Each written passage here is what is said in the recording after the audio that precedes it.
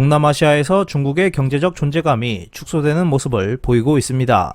과거 중국은 이 지역에 가장 많은 대출과 원조를 제공했습니다.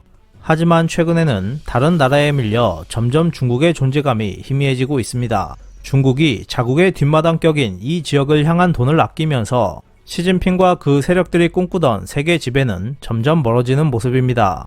중국의 동남아 정부 개발 용자는 2021년에 감소하기 시작했습니다. 같은 해 ODF는 39억 달러 정도로 가장 많았던 2015년 76억 달러의 절반이 조금 넘는 수준입니다. 2010년 이후 연 평균액인 약 55억 달러도 밑돌고 있습니다. 중국을 대신해 다른 나라나 국제기구의 존재감이 커지고 있습니다. 2015년 이후 중국은 이 지역의 최대 단독 투자국으로서 전체의 25%를 차지했습니다.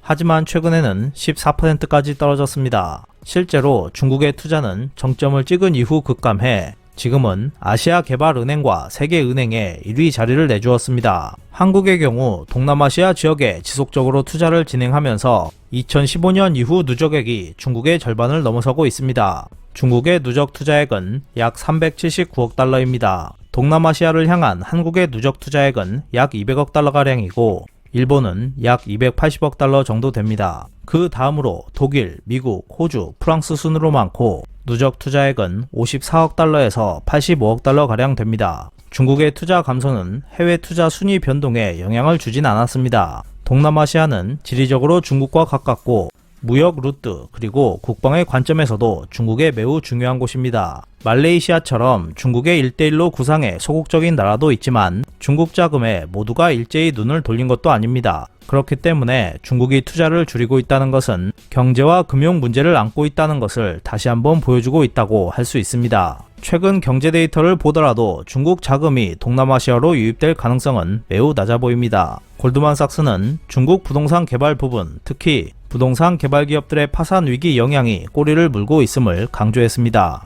그러면서 과거 중국 경제의 30%를 차지했던 부동산 부분은 당분간 침체가 지속될 것이라고 결론을 내렸습니다. 가장 최근에는 2023년 놀라운 속도로 회복했던 중국 경제가 다시 눈에 띄게 둔화되고 있는 것으로 나타났습니다. 중국의 5월 수출은 전년 동월보다 약 7.5% 밑돌았고 국내 경제 활동을 나타내는 수입은 전년 동월 대비 4.5% 감소했습니다. 무역이 많이 이루어지고 있는 한국으로부터의 수입은 전년 동월보다 20.8% 감소했습니다. 중국의 반도체 수입은 전년 동기 대비 15.5% 감소했습니다. 경제 활동이 정체되고 있음을 더욱 여실히 보여주는 것은 원자재 수입 감소입니다. 발전에 필수적인 석탄 출하량은 가장 많았던 지난해 3월부터 급격히 감소했습니다.